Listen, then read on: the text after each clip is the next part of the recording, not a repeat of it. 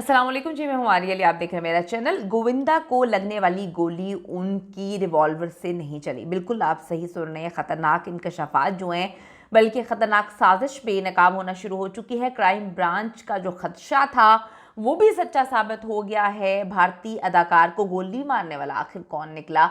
कर्जा माफिया है, अंडरवर्ल्ड है, या फिर फैमिली के प्रॉब्लम्स हैं? गोविंदा की जो बीवी है, उनकी बेटी और भाई को शामिल तफ्तीश कर लिया गया है। 4 बजे से 4:45 तक क्या कुछ होता रहा, घर में कौन कौन मौजूद था और क्या चीज़ें हो रही थी। गोविंदा किसी से नहीं मिलेगा। अहलिया सुनीता जो है, उनका बयान सामने आया है। इसने मामला मजीद जो है वो मिस्टीरियस बना दिया है। पहले दिन से जब ये मामला हुआ, हमें लग रहा था कि कुछ चीज़ मिस्टीरियस है, कुछ मिसिंग है। बड़ा अजीब सी कहानी है कि 6 बजे की फ़्लाइट होती है तो फिर 4 साढ़े 4 बजे जो है वो अपने आप को बंदा गोली मार लेता है। रिवॉल्वर नीचे जो है फेंकता हुआ साफ कर रहा है या अपने बैग में डाल रहा है, वो टेवर जो भी कहानी थी। तो पुलिस ने इस कहानी को मानने से इनकार कर दिया था। भारतीय सुपरस्टार गोविंदा को गोली किसने मारी? अब मुंबई पुलिस जो है, क्राइम ब्रांच, इसका जवाब तलाश करने में लगी हुई है। इसी वजह से हम मामला और मिस्टीरियस होता है जब अदाकार जो है वो एम्फेसाइज करता है कि इसको बंद कर दें, गोली लगी थी निकल गई। वो तो ऐसे बात करे जैसे गोली ना हो गई, जो है कोई खाने पीने की टॉफ़ी हो गई जो मुंह में डाली और उसके बाद वो निगल ली तो बस ठीक है, बात ख़त्म हो गई। तो बड़ी अजीब सी बात है। अब गोविंदा जो है टांग से गोली निकलने के बाद वापस घर तो शिफ्ट हो चुके हैं। तफ्तीश में अब तेज़ी आ गई है। मुंबई पुलिस ने अंदरूनी कहानी खोल के रख दी है।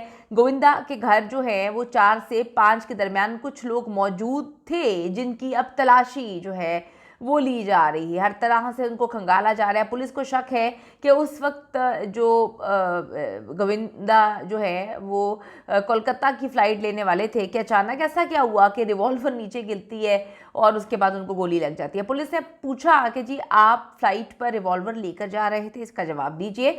ये तो मुमकिन ही नहीं कि आप फ़्लाइट पर असलहा लेकर जा सकें, तो फिर आप उस वक्त रिवॉल्वर क्यों निकाल रहे थे, कहाँ रख रहे थे, क्या मामला था? आपकी तो नीचे गाड़ी इंतजार कर रही थी, चाहे डोमेस्टिक फ्लाइट क्यों ना हो। 6 बजे की फ्लाइट थी तो आपको तो वहां पे पहुंचना था एयरपोर्ट। लेकिन अदाकार ने इस बात का जवाब देने की बजाय पुलिस रिपोर्ट ना करने पर जो है इसरार किया। वो कहते हैं हम पुलिस रिपोर्ट ही नहीं करना चाहते। वो कहते हैं कि जी हम जो है वो ये मामला ख़त्म करना चाहते हैं। वो ऊपर से सिफारिशात डलवा रहे हैं और कहते हैं कि जी हम ये मामला ख़त्म करना चाहते हैं। अब पुलिस को इस पर मजीद शक हो गया है कि क्राइम ब्रांच अब हरकत में आ चुकी है। जब अदाकार का रिवॉल्वर कब्जे में लिया गया तो पता चला कि जो टांग में गोली लगी है वो तो किसी और पिस्टल से चली है। उस पिस्टल से तो गोली चली नहीं है।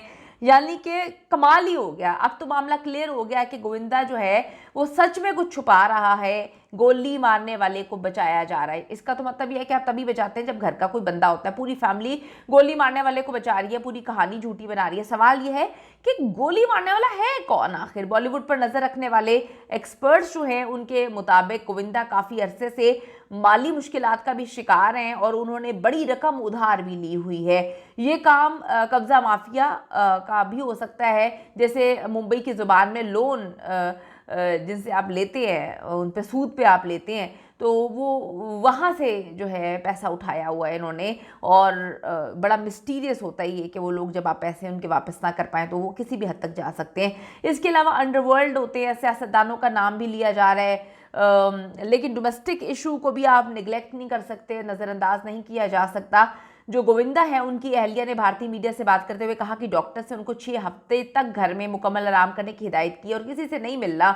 हम किसी को गोविंदा से मिलने नहीं देंगे, ये इजाज़त नहीं देंगे। इस पर और शक हो जाता है क्योंकि ये बिहेवियर बड़ा मिस्टीरियस है कि जब वो उनको गोली लगती है और उनकी गोली निकाली जाती है तब तो आप उनके मुंह के अंदर डाल के जो है वो वॉइस मैसेज निकाल के पूरे मीडिया को दे देते हैं कि जी वो ये कह रहे हैं मैं ठीक हूँ, बस जान छोड़ो। फिर उनसे शत्रुघ्न सिन्हा हॉस्पिटल में मिलने आते हैं तो वो उनको ये भी बोल देते हैं कि जी आप मामले को बंद करवाएं, केस को ख़त्म करवाएं, हर हाल में केस को ख़त्म करवाएं। ये भी बड़ी अजीब सी बात है। अब जबकि वो ठीक नज़र आ रहे हैं, उनको फिर उनकी अहलिया कहती हैं कि जी कोई उनसे नहीं मिलेगा, 6 हफ्ते तक हमने किसी से मिलने नहीं देना। तो ये बिहेवियर गोविंदा के भी और उनकी फैमिली का भी बड़ा मिस्टीरियस है। साफ पता चल रहा है कि जी अदाकार को मीडिया से छुपाया जा रहा है। हॉस्पिटल से डिस्चार्ज होते हुए भी गोविंदा की वाइफ सुनीता ने पूरी कोशिश की। खैर वो डोमिनेटिंग तो है ही, लेकिन वो अजीब हरकतें भी बहुत करती हैं। बड़ी इरिटेटिंग खातून है वो मीडिया से बात नहीं करवाना चाह रही थी। मीडिया और आवाम से तो वो जो है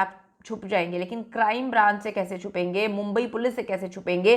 वो अपनी तफ्तीश जो है वो जारी रखेंगे और जान लेगी कि जी अदाकार को गोली किसने मारी थी। अब बार बार ये प्रेशर ऊपर से डलवाना कि इस केस को बंद करो, तो ये भी बड़ा मिस्टीरियस है।